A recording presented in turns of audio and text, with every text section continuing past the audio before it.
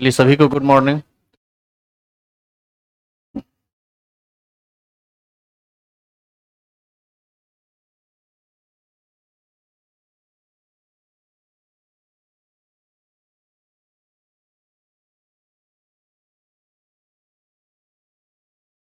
चलिए अब इधर ध्यान दीजिए।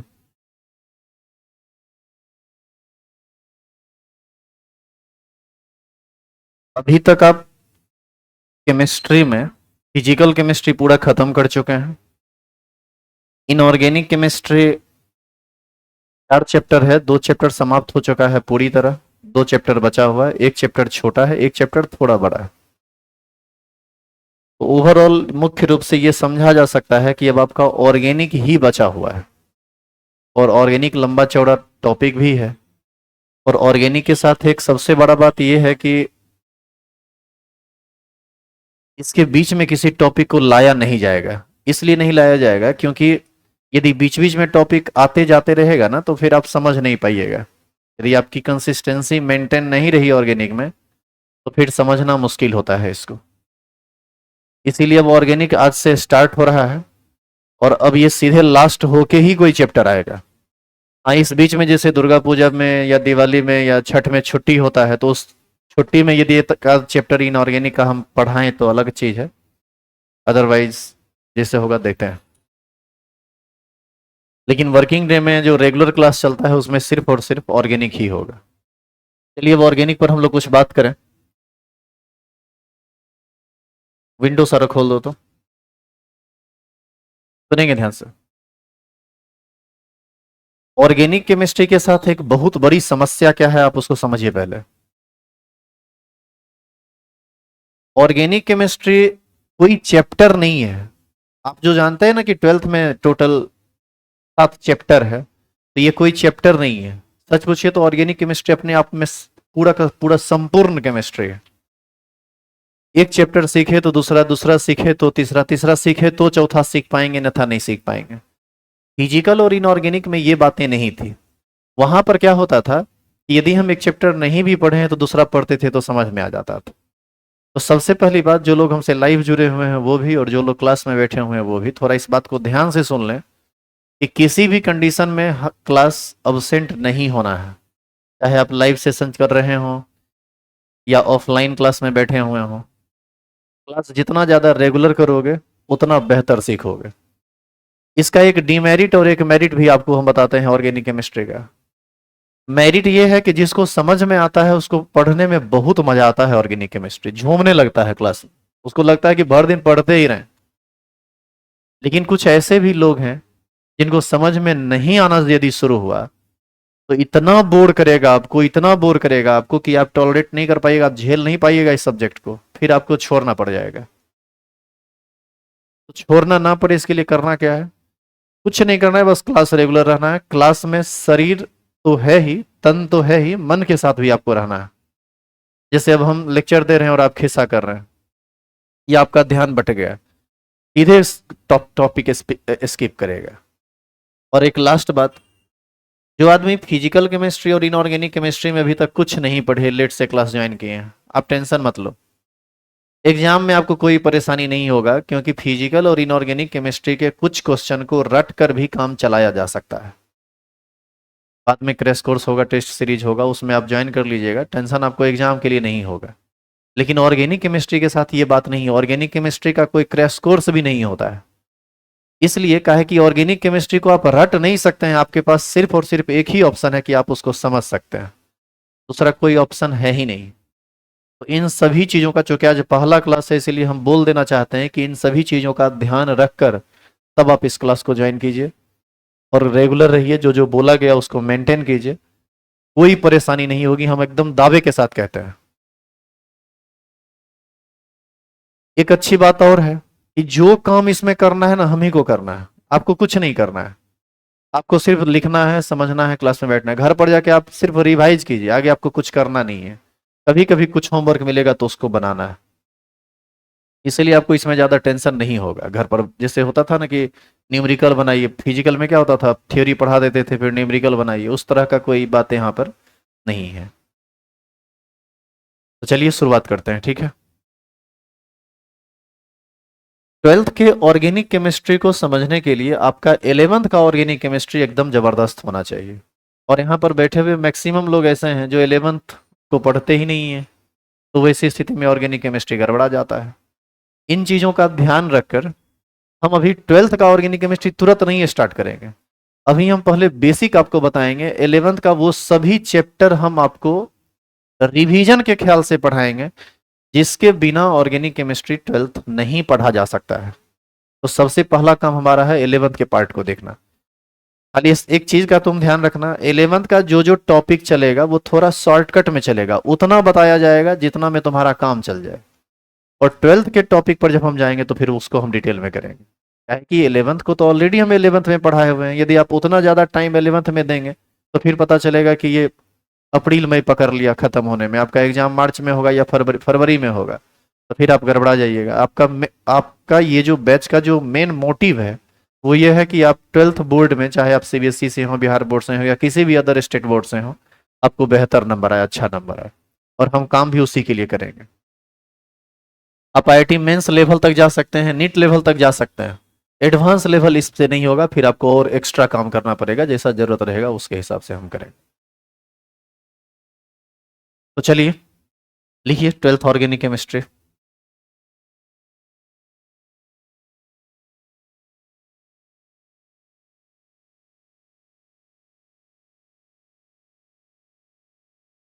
वहां से F4 ऑन कर दो दुआ।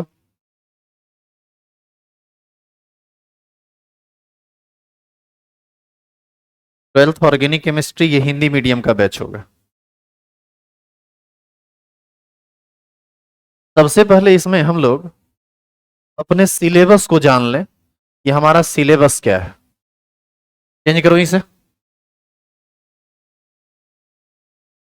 सिलेबस में आप थोड़ा ध्यान से देखिए, इसमें जो रेड कलर से लिखा हुआ है, सबसे पहला है some basic concept of organic chemistry. याद कीजिए 11th का टॉपिक है। IUPAC name of organic chemistry, बहुत इंपॉर्टेंट है, 11th का टॉपिक है। तीसरा है आइसोमेरिज्म, थोड़ा इंपॉर्टेंट है एग्जाम के पॉइंट ऑफ व्यू से। एक क्वेश्चन तो एग्जाम में डायरेक्ट रहता है, आपको क्वेश्चन दे देगा कि C3H7Cl से कुल कितना आइसोमर पॉसिबल है, इस तरह का क्वेश्चन देता है, कभी कभी सब्जेक्टिव में भी और कभी कभी ऑब्जेक्टिव में भी। तो ये भी थोड़ा सा 1-2 दिन पढ़ लेंगे। इसके बाद रेजोनेंस, रिएक्शन इंटरमीडिएट और रिएक्शन मैकेनिज्म, ये 3 वह टॉपिक है जिसको 11th में आपको नहीं बताया गया। 11th में इसलिए नहीं बताया गया है, 11th का टॉपिक, लेकिन 11th में नहीं बताया गया क्योंकि वहां यदि पढ़ा भी देते हैं तो आप इसको भूल जाते हो, जैसे इस तीनों को आप भूल चुके हैं, तो वहां का भी मेहनत बेकार हो जाता है। और ऐसे भी इसको अपडेट तरीके से पढ़ाना पड़ता है, डिटेल में पढ़ाना पड़ता है, क्योंकि इसी सब पर आधारित है ये पूरा का पूरा चैप्टर। तो इसीलिए इस तीनों को थोड़ा शॉर्टकट में पढ़ेंगे और यहां से पकड़ लेंगे डिटेल। ये जब खत्म हो जाएगा तो यहां से 11th का टॉपिक समाप्त हो जाएगा। और उसके बाद हम लोग का जो चैप्टर है एनसीईआरटी पार्ट 2 का जो सबसे पहला चैप्टर है वह आपका ओवरऑल 10वां चैप्टर है, 10th चैप्टर है। चैप्टर का नाम है halo alkane and hello arenes. ये ऑर्गेनिक का पहला चैप्टर है 12th का, इससे पहले ये सब जो है ये 11th का है। अब देखिए halo alkane and hello Erin से 4 नंबर का क्वेश्चन पूछा जाता है। इस चैप्टर को समाप्त होने में 20 से 22 दिन का समय लगेगा डिटेल में। एल्कोहल, फिनॉल एंड ईथर, इसको समाप्त होने में थोड़ा कम टाइम लगेगा, 12 से 13 दिन में समाप्त हो जाएगा। इससे भी क्वेश्चन कितने नंबर का पूछता है? 4 नंबर का। Aldehyde, ketone and carboxylic acid organic chemistry का सबसे बड़ा चैप्टर है। इससे क्वेश्चन भी पूछा जाता है, कितने नंबर का? 6 नंबर का। इसको खत्म होने में 25 दिन का टाइम लगेगा। इसके बाद एमाइंस, एक छोटा चैप्टर है, समाप्त होने में 7 से 8 दिन का टाइम लगेगा। क्वेश्चन इससे भी कितना नंबर का पूछता है? 4 नंबर का। बायोमोलिक्यूल्स से क्वेश्चन पूछता है 3 नंबर का। पॉलीमर 4 नंबर का, सॉरी, पॉलीमर से 3 नंबर का और केमिस्ट्री इन एवरीडे लाइफ से 3 नंबर का। तो कुल मिला के यही 7 चैप्टर है। अब टोटल नंबर जोड़िए कितना होता है? 4 4 8, 8 6 14, 4 18, 4 22, 22 3 25, 3 28। आपको पहले भी कहा गया है कि ऑर्गेनिक केमिस्ट्री से सबसे ज्यादा क्वेश्चन पूछा जाता है, सबसे ज्यादा नंबर का क्वेश्चन पूछा जाता है और 28 नंबर का क्वेश्चन पूछा जाता है। और ये 28 नंबर रट के लाना संभव नहीं है, आप कुछ नहीं रट सकते हैं। ये बात कान खोलकर सुन लीजिए, हर बात आपको समझना पड़ेगा। तो सबसे पहले आप इस चैप्टर को लिख लेंगे। इधर आपका चैप्टर नंबर दिया हुआ है 12th का, ये चैप्टर का नाम है, और उधर कितना मार्क्स का पूछता है वो लिखा हुआ है, और सिलेबस में 11th का ये सब टॉपिक है। आप सबको लिख लीजिए, क्योंकि एक एक करके अभी हम शुरू करेंगे some basic concept of organic chemistry. तो पहले आप सिलेबस पूरा लिखिए। तो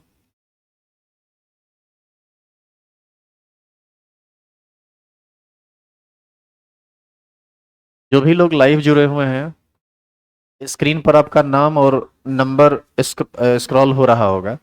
एक्चुअल में वो सिक्योरिटी पर्पस से दिया जाता है। ऐप वाले से बात हुई है उसको हटाने की, लेकिन थोड़ा ये मुश्किल हो रहा है, क्योंकि कॉपी करने का चांस रहता है, इस वजह से वो ऐसा किया हुआ है। तो आप थोड़ा उसको इग्नोर करेंगे प्लीज।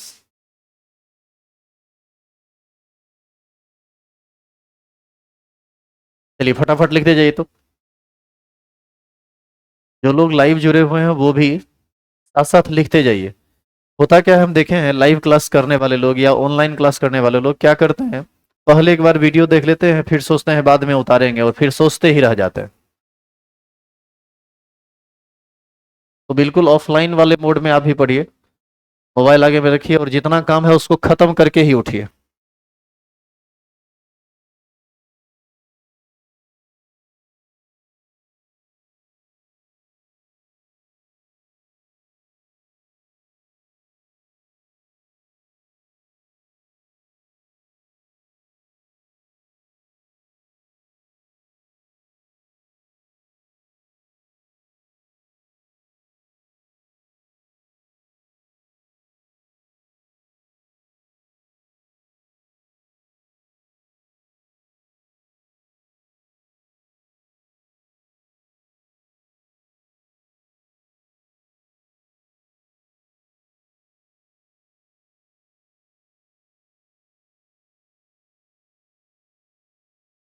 और उतारने का रफ्तार थोड़ा तेज रखेंगे, अब आपको उतारना बहुत ज्यादा पड़ेगा, तो रफ्तार पकड़ लीजिए अब। फिजिकल केमिस्ट्री एक ऐसा टॉपिक था जिसमें आप समझते ज्यादा थे, लिखते कम थे। ऑर्गेनिक केमिस्ट्री एक ऐसा केमिस्ट्री होता है जिसमें आप समझते भी ज्यादा हैं और लिखते उससे भी ज्यादा है। तो यदि आप फेर वगैरह करते हैं क्लास में ही, तो वो काम आप बंद करेंगे। सभी लोग रफ में लिखिए, एरर बनाना हो तो घर पे जाके फेर बनाएंगे, क्योंकि हम एक लिमिट में ही स्क्रीन को रखेंगे यहाँ।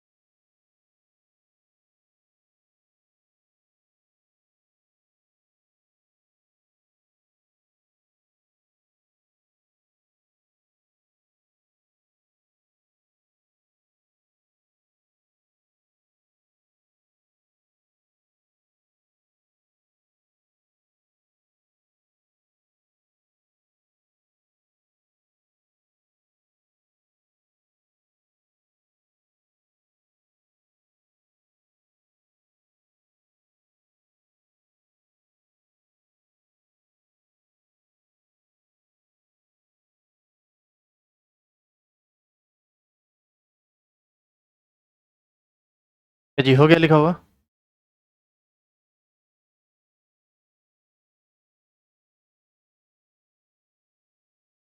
अब देखो, कहने का यहाँ 7 चैप्टर है, लेकिन ये भी तो 6 चैप्टर इन्वॉल्व हो जाता है, यानी 14 चैप्टर इस सेक्शन में खींच हम लोग करेंगे। अच्छा, लाइव से जो लोग जुड़े हुए हैं उनके लिए एक खास सूचना है। बहुत सारे लोगों को दिमाग में आया है कि सर लाइव का जो फीस है वो मात्र 99 है, तो क्या इंट्रोडक्शन पढ़ा के ही छोड़ दीजिएगा, या कुछ ही पढ़ा के छोड़ दीजिएगा। तो आप परेशान मत होइए, पूरा का पूरा सिलेबस कवर किया जाएगा जो लिखा गया है। और फीस इतना कम इस बार इसलिए रखा गया है क्योंकि ये फर्स्ट टाइम है पर लाइव सेशन का। तो बस आप, मैं खुल के ही बोल रहा हूँ कि ये बस एक एडवर्टाइजमेंट के लिए बस ऐसा किया गया है, दूसरा कोई उपाय, कोई दूसरा बात नहीं है।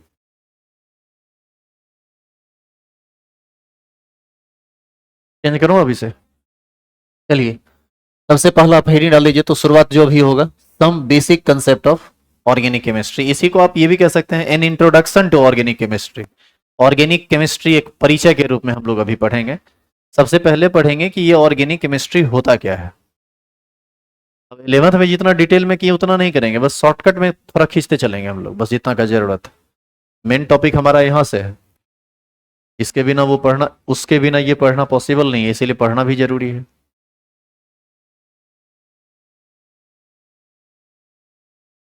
जो भी लोग ऑफलाइन है, आप लोगों को भी कोई दिक्कत हो तो खड़ा होकर बोलिए, और जो लोग लाइव जुड़े हुए हैं आप कमेंट कीजिए, कमेंट आपका हम देख पा रहे हैं। क्या सभी लोग हेडिंग डाल दिए हैं, some basic concept of organic chemistry? चलो, some basic concept of organic chemistry में हमको क्या पढ़ना है पहले सुनो इधर। अभी तक बताओ कितने एलिमेंट का खोज हुआ है? 118 एलिमेंट का। 118 एलिमेंट में अकेला कार्बन और हाइड्रोजन, ये दो एलिमेंट आपस में मिलके इतने सारे यौगिक का निर्माण करता है जितना यौगिक बाकी का 116 मिलके नहीं करता है।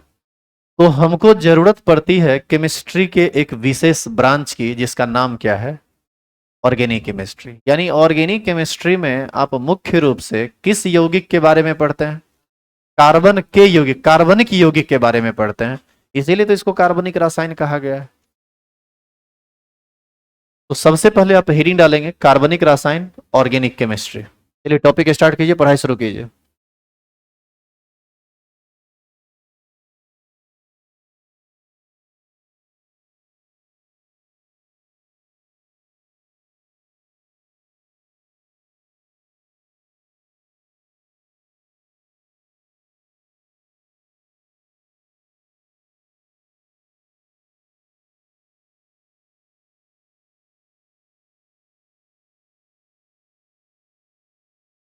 जो भी लोग क्लास में बैठे हुए हैं, यदि आपको लगे कि कहीं कोई एरर है किसी स्पेलिंग वगैरह में, तो आप हिंट कर सकते हैं, उसको सही किया जाएगा। जो कि टाइपिंग हुआ है तो हो सकता है कि कहीं कुछ थोड़ा बहुत रह जाए।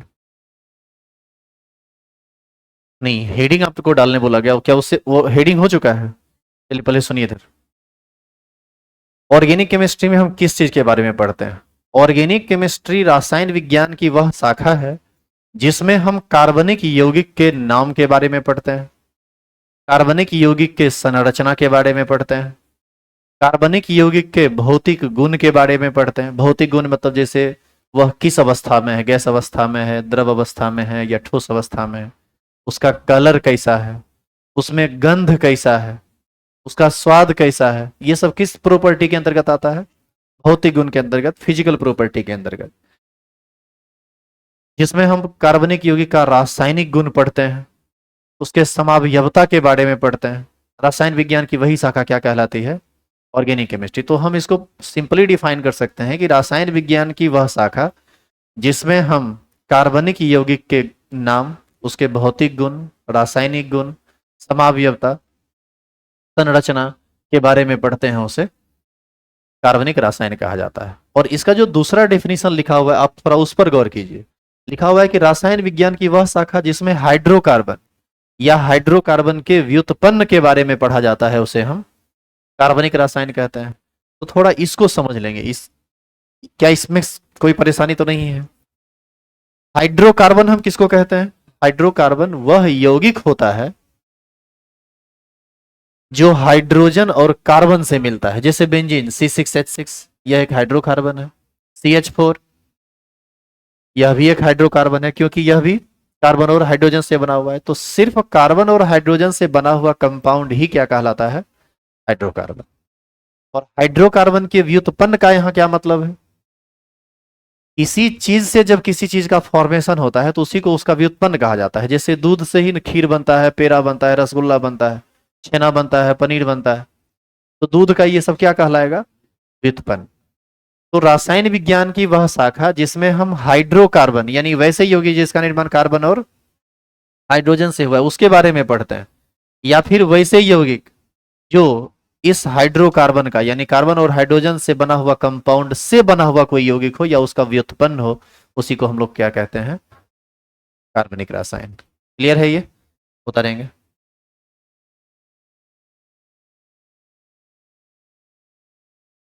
लक्की रॉय, संकित कुमार, बाबू रूपेश, प्रेम कुमार, विजय कुमार, आप सभी का मैसेज हमको मिल रहा है, हम देख पा रहे हैं आपको सभी को। Good morning. फोकस कीजिए यहाँ पढ़ाई पर।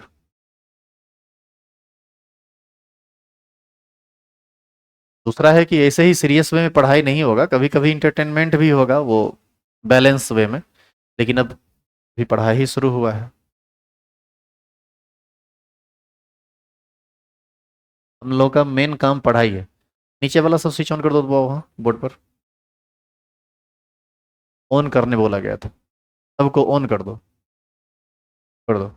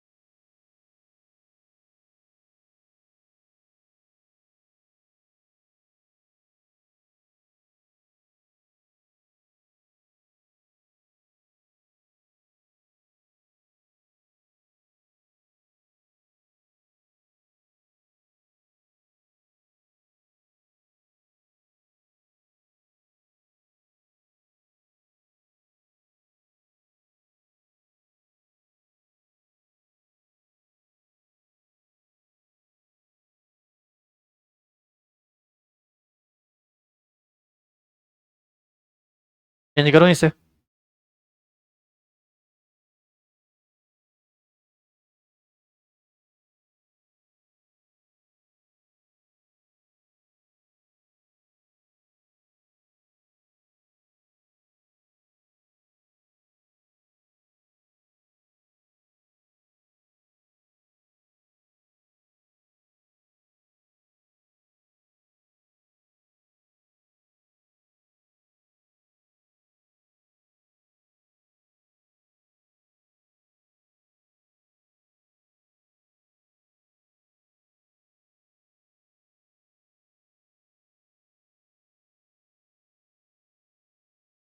अब इस परिभाषा में आप ध्यान दीजिए, आप कार्बनिक यौगिक की बात की हैं, तो अब थोड़ा हमको ये भी समझ लेना पड़ेगा कि कार्बनिक यौगिक क्या होता है।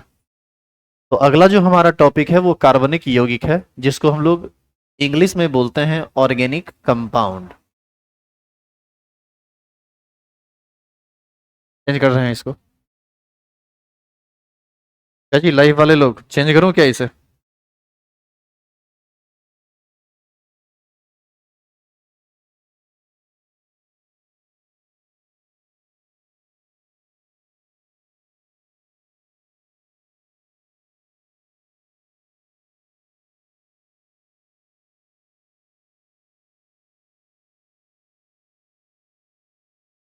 चलिए हेडिंग डालिए तो, कार्बनिक यौगिक।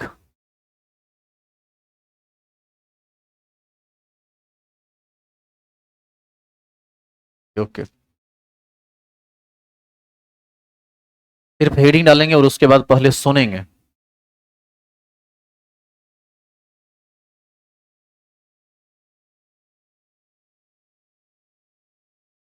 एक बात तो आप हमेशा ध्यान रखेंगे कि कार्बनिक यौगिक का जो मुख्य तत्व है वह क्या है? कार्बन। कार्बनिक यौगिक में कार्बन ही ना रहे तो वह कभी भी कार्बनिक यौगिक नहीं होगा। तो कार्बन और हाइड्रोजन भी रहता है, हाइड्रोजन भी मुख्य तत्व के अंतर्गत ही आता है। तो कार्बनिक यौगिक वह यौगिक है जिसका मुख्य तत्व होता है कार्बन और हाइड्रोजन। लेकिन कभी कभी यह नाइट्रोजन, ऑक्सीजन, सल्फर और हेलोजन के साथ भी आता है। जैसे सुनिए ध्यान से, मैं यदि C6H6 कहूं तो यह कार्बन और हाइड्रोजन से बना यौगिक है, हाइड्रोकार्बन है। और यदि हम कहें C6H5Cl, एक्चुअल में ये क्लोरोबेंजीन है, हम सब आपको आगे बताएंगे इसका नाम। तो इसमें कार्बन भी है, हाइड्रोजन भी है और हेलोजन भी है। Cl हेलोजन के अंतर्गत आता है। हेलोजन के अंतर्गत चार एलिमेंट आते हैं, कौन कौन? क्लोरीन, क्लोरीन, ब्रोमीन और आयोडीन। तो कार्बनिक यौगिक वह यौगिक होता है जिसका मुख्य तत्व कार्बन और हाइड्रोजन होता है, लेकिन कभी कभी यह ऑक्सीजन, नाइट्रोजन, सल्फर और हेलोजन के साथ भी आता है। इसी को हम क्या बोलते हैं? कार्बनिक यौगिक। और दूसरा, यदि आप इसका परिभाषा लिखना चाहें तो ये उससे भी आसान है, जो थोड़ी देर पहले हम डिस्कस किए हैं। कार्बनिक यौगिक या तो हाइड्रोकार्बन होता है या हाइड्रोकार्बन का व्युत्पन्न होता है। तो हम इसको लिख सकते हैं, वह यौगिक जो या तो हाइड्रोकार्बन हो या हाइड्रोकार्बन का व्युत्पन्न हो, उसे हम हाइड्रोकार्बन कहते हैं। क्या कोई दिक्कत है इसमें? सॉरी, हाइड्रोकार्बन नहीं, उसे कार्बनिक यौगिक कहते हैं। तो लिखेंगे इसको, डिफाइन कीजिए।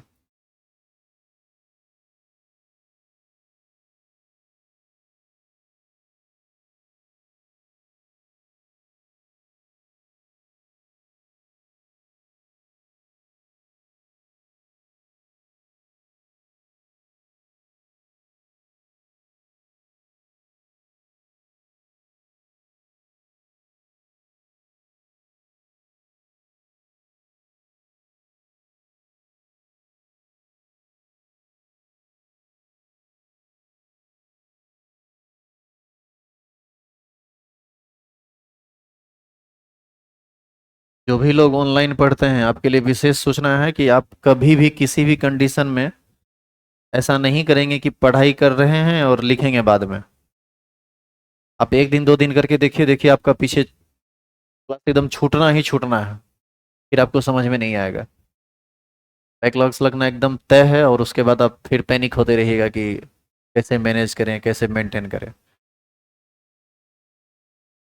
और सभी लोग, आप सोचिए कि एक दिन का काम हम उसी दिन नहीं कर पा रहे हैं, अगला दिन तो फिर 2 दिन का काम एक ही दिन में करना पड़ेगा।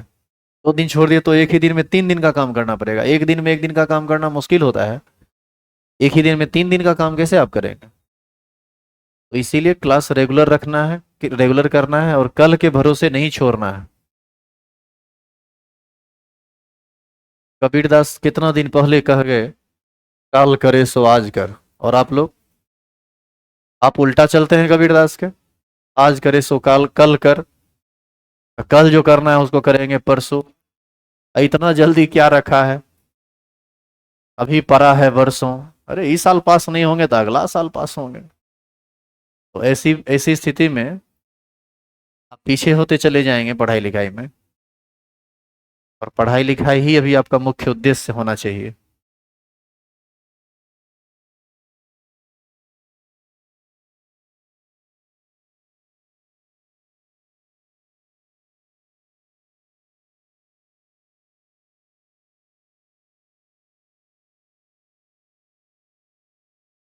हो गया?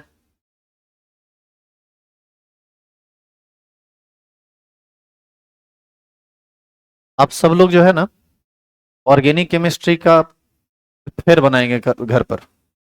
घर पर सुनो, इधर हम क्यों ये बात बोल रहे हैं ये सुनो।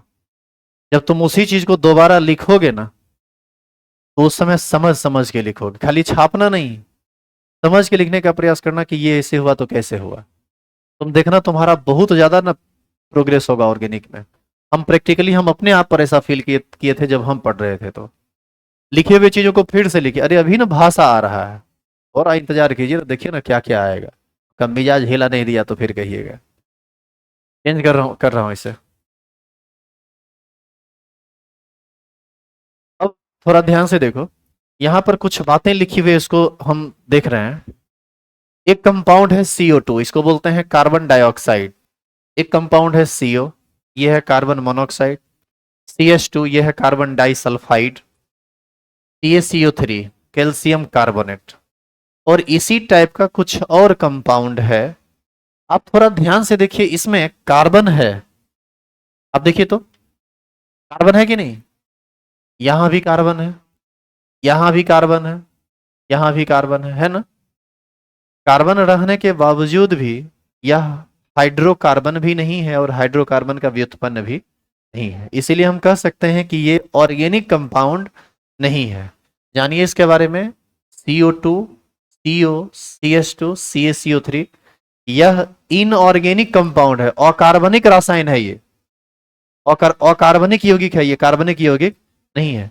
अब यदि आपसे कोई पूछे कि आप किस आधार पर कहते हैं कि ये चारों अकार्बनिक यौगिक है, ये कार्बनिक यौगिक क्यों नहीं है जबकि इसमें कार्बन है, तो हम कहेंगे कि यह ना तो हाइड्रोकार्बन है और ना ही यह हाइड्रोकार्बन का व्युत्पन्न है। इसीलिए हम कहेंगे कि यह कार्बनिक यौगिक नहीं है, यह अकार्बनिक यौगिक है।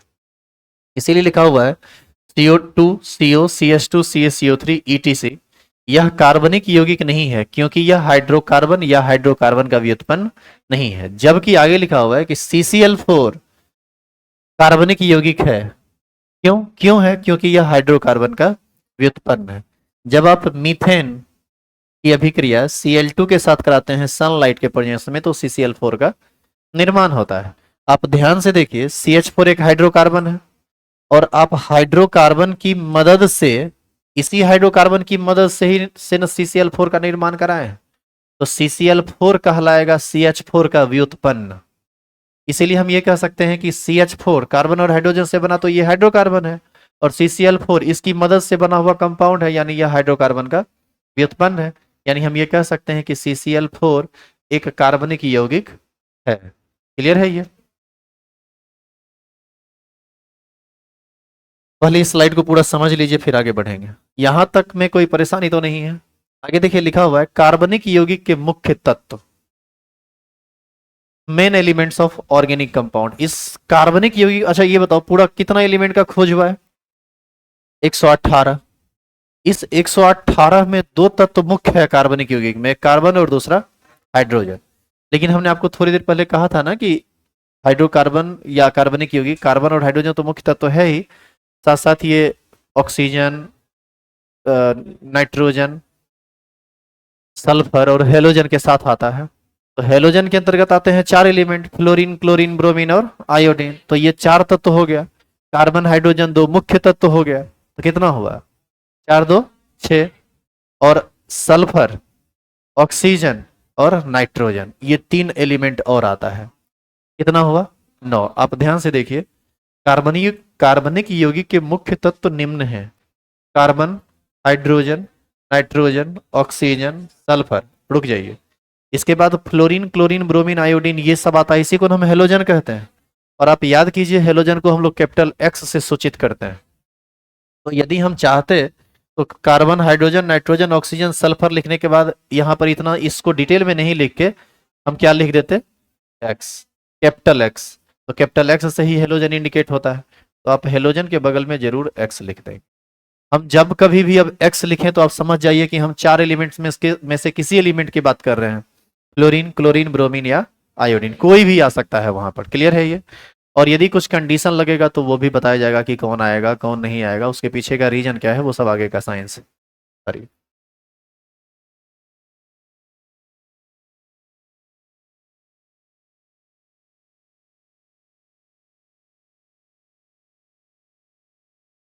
अच्छा, इस तरह से लिखा हुआ कंटेंट अभी आपको आ रहा है, ये हमेशा नहीं मिलेगा, फिर हम लिखेंगे ही पूरा बोर्ड पर। लेकिन चूंकि ये सब नॉर्मल चीज है और आप देख के उतार सकते हैं, तो उतार लीजिए। अब जैसे रिएक्शन वाला जितना भी बात आएगा वो सब समझाना पड़ता है, वो सब खुद से लिखना पड़ेगा, तब समझेंगे आप। पढ़ाने का तरीका ये होगा कि आपको परेशानी कहीं भी नहीं होगा भी नहीं, बस आप रेगुलर सिर्फ रहिए।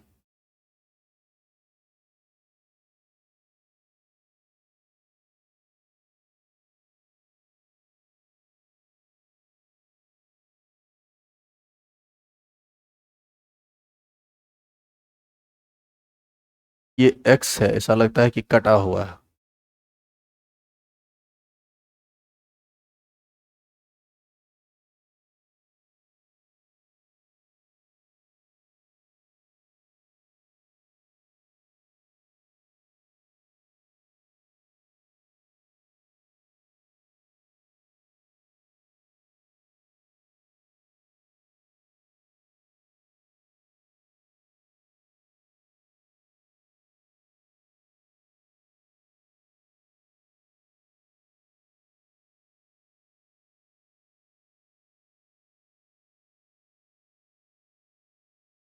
क्योंकि यह हाइड्रोकार्बन या हाइड्रोकार्बन का व्युत्पन्न नहीं है, ठीक तो लिखा हुआ। जबकि CCl4 कार्बनिक यौगिक है, यह हाइड्रोकार्बन का व्युत्पन्न है, ठीक है लिखा हुआ। CO2 CO CH2 CaCO3 ETC यह कार्बनिक यौगिक नहीं है क्योंकि यह हाइड्रोकार्बन या हाइड्रोकार्बन का व्युत्पन्न नहीं है। जबकि CCl4 कार्बनिक यौगिक है। क्यों है? क्योंकि यह हाइड्रोकार्बन का व्युत्पन्न है। तो हम CCl4 के बारे में कह रहे हैं कि हाइड्रोकार्बन का व्युत्पन्न है, उसके बारे में कह रहे हैं कि वो हाइड्रोकार्बन या हाइड्रोकार्बन का व्युत्पन्न नहीं है। यहाँ पर व्युत्पन्न में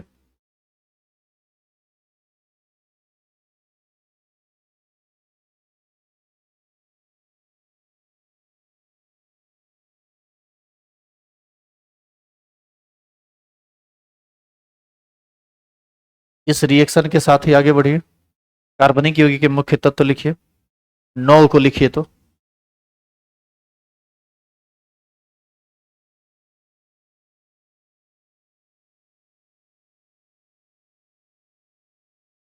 अब देखो इस 9 एलिमेंट को ना 3 भागों में बांटा गया है। कितने भागों में? 3 भागों में। देखो 3 भागों में कौन कौन आता है? हाइड्रोजन हो गया, नाइट्रोजन हो गया, ऑक्सीजन हो गया और फ्लोरीन हो गया। इस सब को एक तरफ रखा गया है, कार्बन को एक तरफ रखा गया है। और ये जो हेलोजन है, यानी कौन कौन? हेलोजन के साथ सल्फर भी, सल्फर, क्लोरीन, ब्रोमीन और आयोडीन, इस सबको एक साथ रखा गया है। एक्चुअल में ऐसा क्यों किया गया है, इसको आप समझने के लिए आप सबका इलेक्ट्रॉनिक कन्फिग्रेशन लिखिएगा, इस सबका वैलेंसी समझिएगा, सबके बंधन बनाने की क्षमता समझिएगा, बंधन किस तरीके से बनता है उसको समझिएगा, तब आपको लगेगा कि इसका क्लासिफिकेशन किस आधार पर हम किए हैं। इस सब के बॉन्ड बनाने का तरीका अलग होता है, इसका तरीका थोड़ा अलग होता है और इसका तरीका तो बहुत ही अलग होता है। तो इन सब चीजों को हम डिटेल में नेक्स्ट स्लाइड में देखेंगे। क्या यहां तक लिख चुके हैं आप?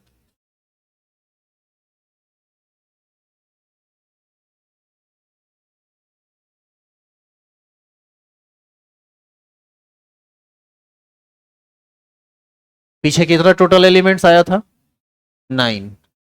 Carbon, hydrogen, nitrogen, oxygen, sulphur, fluorine, chlorine, bromine, iodine.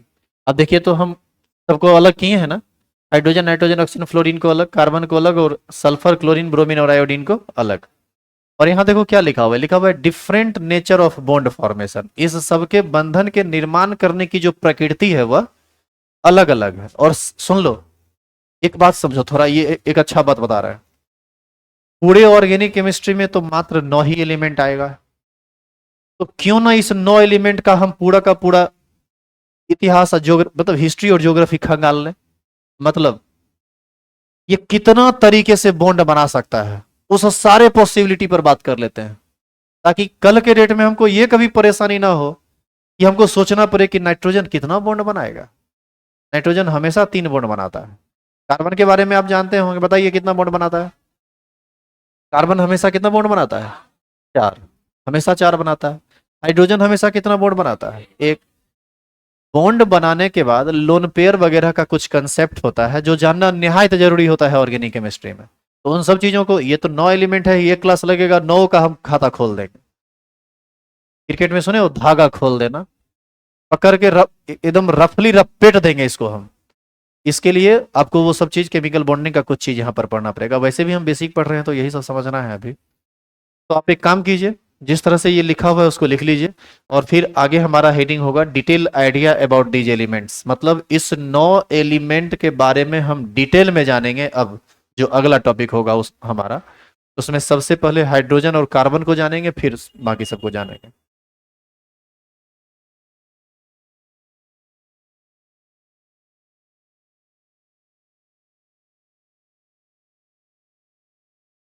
Rupesh पूछ रहे हैं कि लाइव वीडियो रहेगा ऐप पर। हाँ बिल्कुल रहेगा।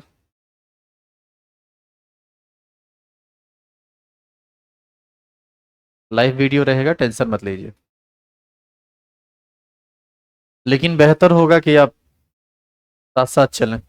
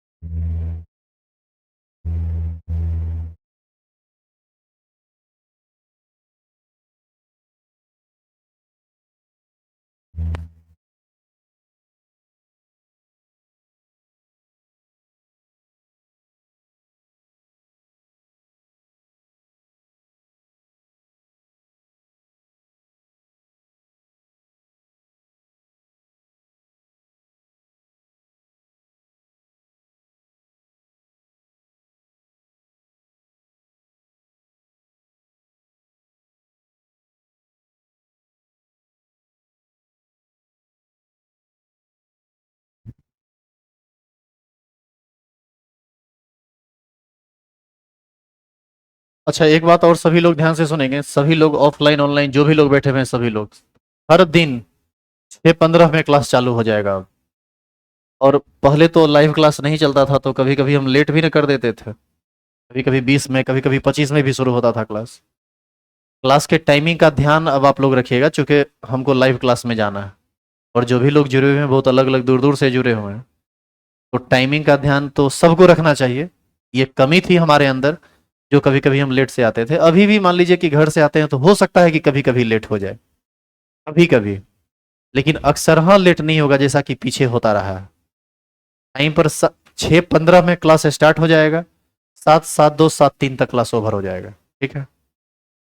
और आप देखेंगे कि हर दिन अब 5 से 7 मिनट आप ज़्यादा पढ़ेंगे तो पढ़ाई का रफ्तार भी बढ़ जाएगा, कंटेंट भी ज़्यादा जाएगा। चलिए, डिटेल आइडिया अबाउट ये लिख लिए हैं आप। तो चलिए अब सबका एक एक करके हम डिटेल लेते हैं कि क्या है। सबसे पहला एलिमेंट हम जो पढ़ेंगे अभी वो है हाइड्रोजन। हाइड्रोजन सबसे पहले, हाइड्रोजन का एटॉमिक नंबर कितना होता है? 1। कन्फिग्रेशन बताइए। 1s2, 2s2, sorry sorry, 1s1। ठीक है। अरे कोऑर्डिनेशन कंपाउंड वाला आदत लगा हुआ है, 1s2 2s2 सीधे डी पर जाके रुकते थे, तो बस वही बात है।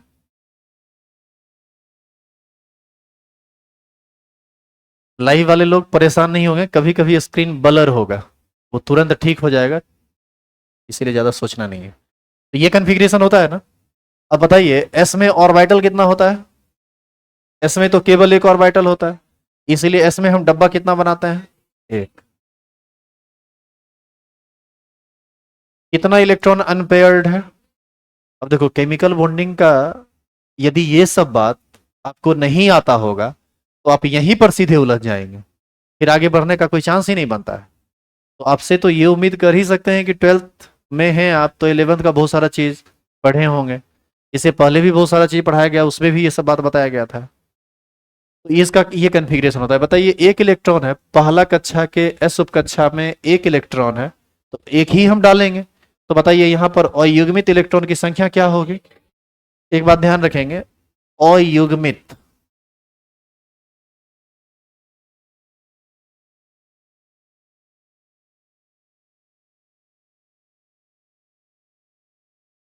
अयुग्मित इलेक्ट्रॉन को इंग्लिश में कहा जाता है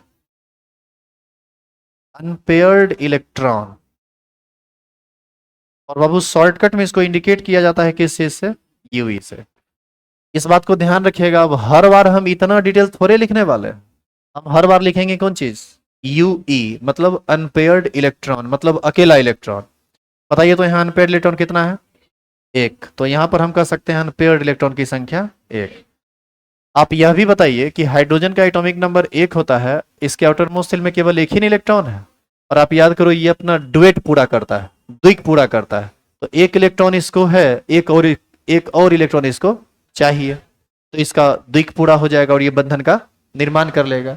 इसीलिए तुम हमेशा ध्यान रखना कि अनपेयर्ड इलेक्ट्रॉन एक है और बाहरी कक्षा में इसको एक इलेक्ट्रॉन चाहिए, इसीलिए इसकी संयोजकता, संयोजकता को इंग्लिश में हम लोग क्या बोलते हैं? वैलेंसी। कितना होगा? यहां से यह स्पष्ट होता है कि, सुनना ध्यान से अब, हाइड्रोजन हमेशा सिर्फ और सिर्फ एक ही बॉन्ड बना पाएगा और वह सिंगल बॉन्ड होगा। मतलब हाइड्रोजन कहीं किसी भी नॉन मेटल के साथ जुड़े, इस 9 एलिमेंट में किसी के साथ भी यदि ये जुड़ेगा तो वो हमेशा एक ही बॉन्ड से जुड़ेगा, सिंगल कोवैलेंट बॉन्ड से जुड़ेगा। अब देखिए एक एक का काम खत्म, 9 था, एक गया, कौन? हाइड्रोजन। क्या क्लियर है ये? उतारिए इसको। इसी तरह से अब जैसे ये गया इसलिए क्योंकि ये आसान था, इसमें टाइम ज्यादा नहीं लगा। अगला जब आप पढ़िएगा तो उसमें थोड़ा टाइम लगता है समझने में, क्योंकि वह अलग अलग तरह का वैलेंसी दिखाता है। जैसे कार्बन 4 बॉन्ड बनाता है, देखो इधर, कार्बन 4 बॉन्ड बनाता है 4 तरीके से।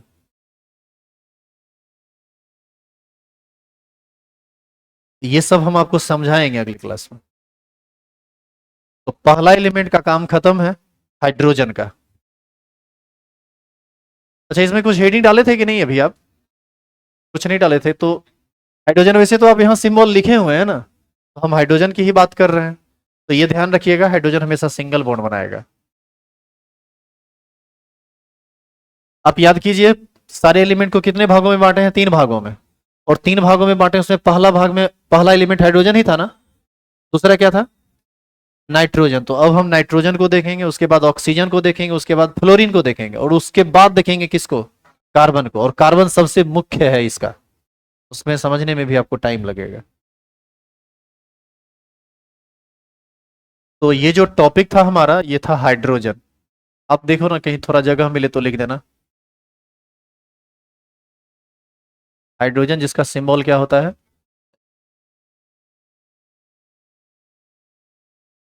अब जो हमारा नेक्स्ट क्लास होगा, वो आज नहीं, आप हेडिंग डाल के छोड़ दीजिए। अगला क्लास में हम लोग पढ़ेंगे किसके बारे में? नाइट्रोजन के बारे में, जिसका सिंबल क्या होता है? Capital N. इसको हम लोग नेक्स्ट क्लास में करेंगे।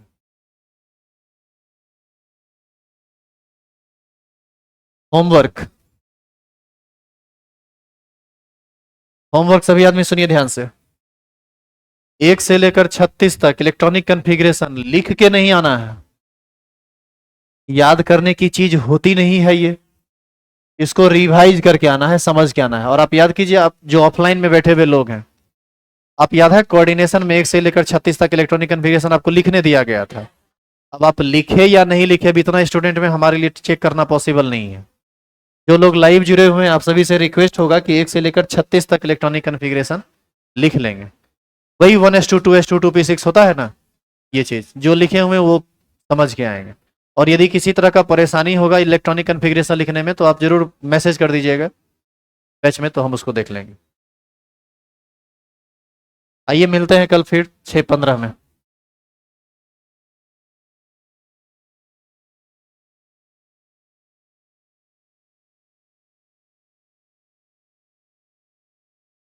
विजय कुमार, ऋतिक राज, रुपेश, क्या आप लोग समझ पा रहे हैं इस चीजों को?